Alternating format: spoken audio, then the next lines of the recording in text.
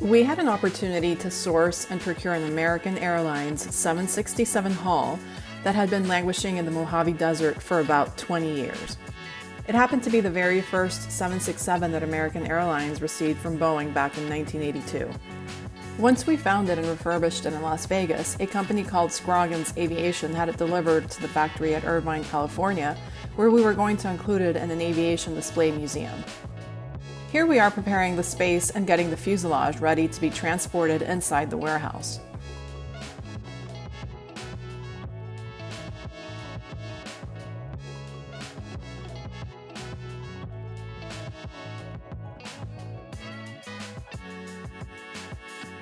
It's a very delicate operation and took about 5 different technicians with all kinds of different equipment to pick it up and gently move it.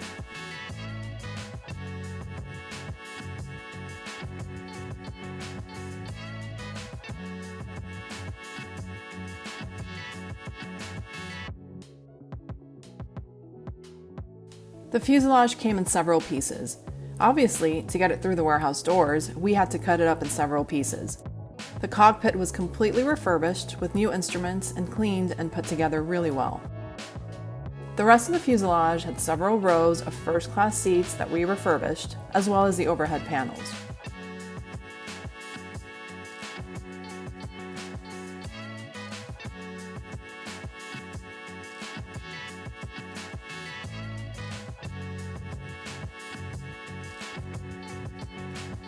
We left the back end of the aircraft open so that observers could see what goes on into the construction of an aircraft of this kind.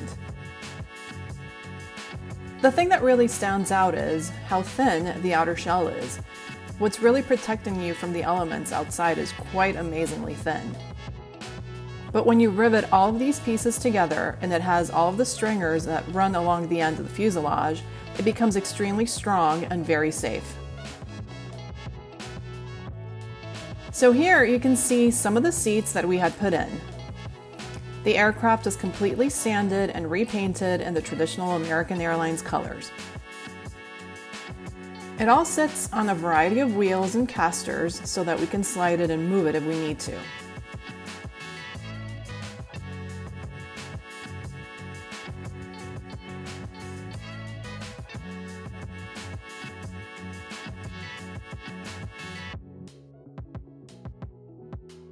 These overhead pictures were taken by a drone that one of our photographers had and gave us some unique views. Here you can see the nose cone, or the ray dome as we call it, and here we are now moving one part after another into the warehouse.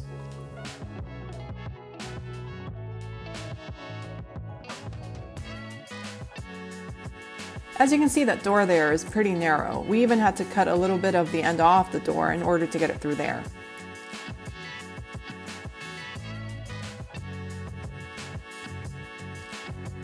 It's a delicate operation, but we had definitely done a lot of pre-planning for this, and we knew exactly what our dimensions were. So we had success in getting it through the museum door. Here we are pushing it up into the museum, and this first piece is going to be put into position.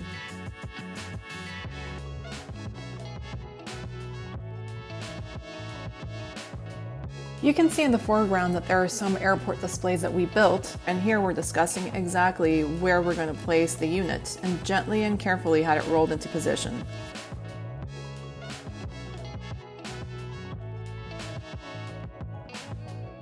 Here it's rolled into position, and here we are taking a break.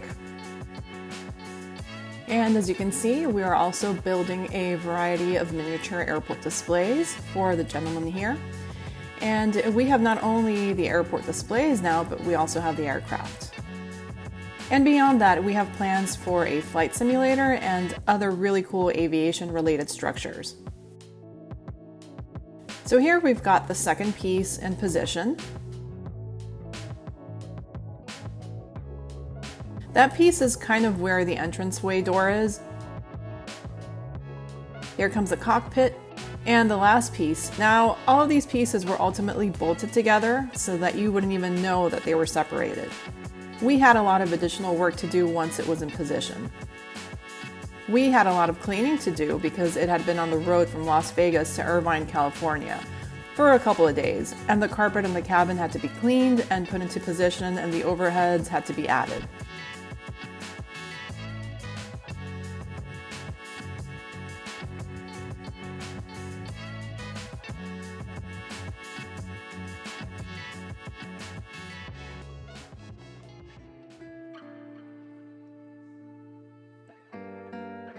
Here is just a view of some of the other airport displays.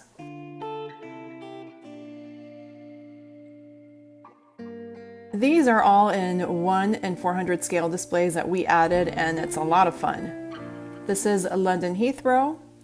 We also added Los Angeles and JFK as displays, with more to come.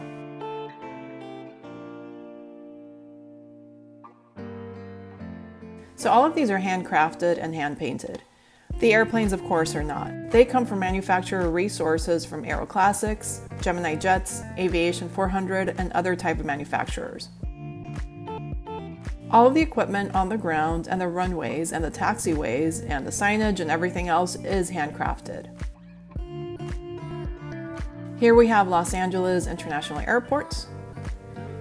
We even had a section for the VIPs and cargo and the highways leading into the airport.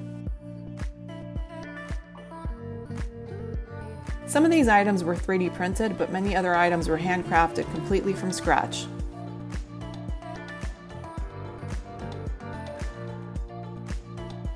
So, as you can see here, London Heathrow, of course, all of the cars going into the opposite direction. Some aerials of LAX, as it appears in around the 2000s. We had a bit of plethora of aircraft types. We had, of course, the Tom Bradley terminal with the newer A380s, but we also took time to pay homage to some of the earlier aircraft types, like the 747 and DC-10s from the 70s and 80s.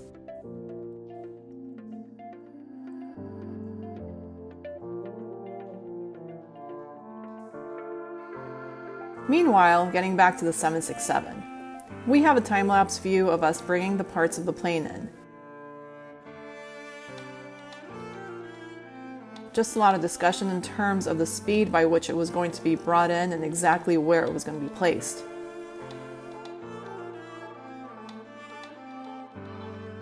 In the foreground, you can see Brian working on the Los Angeles airport while he's monitoring the progress of the 767 arrival.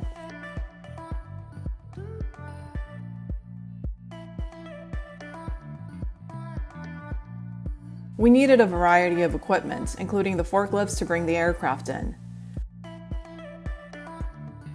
As you can see, the facility is fantastic. It's got a beautiful wood floor, high ceilings, and lots of lighting. The displays for the airports are beautiful with dust coverage that go overhead.